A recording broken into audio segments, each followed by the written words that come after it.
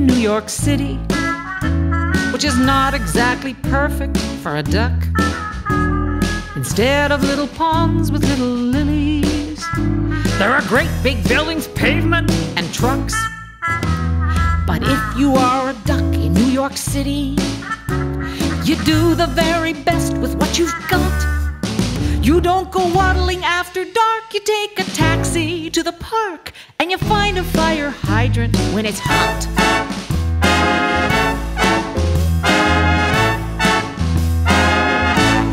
His apartment was too small to have a bathtub, so he had to go out waddling on the street.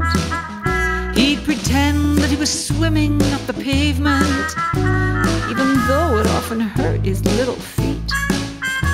But he loved to see the Knicks down at the Gardens, and he loved the shows down on the Avenue.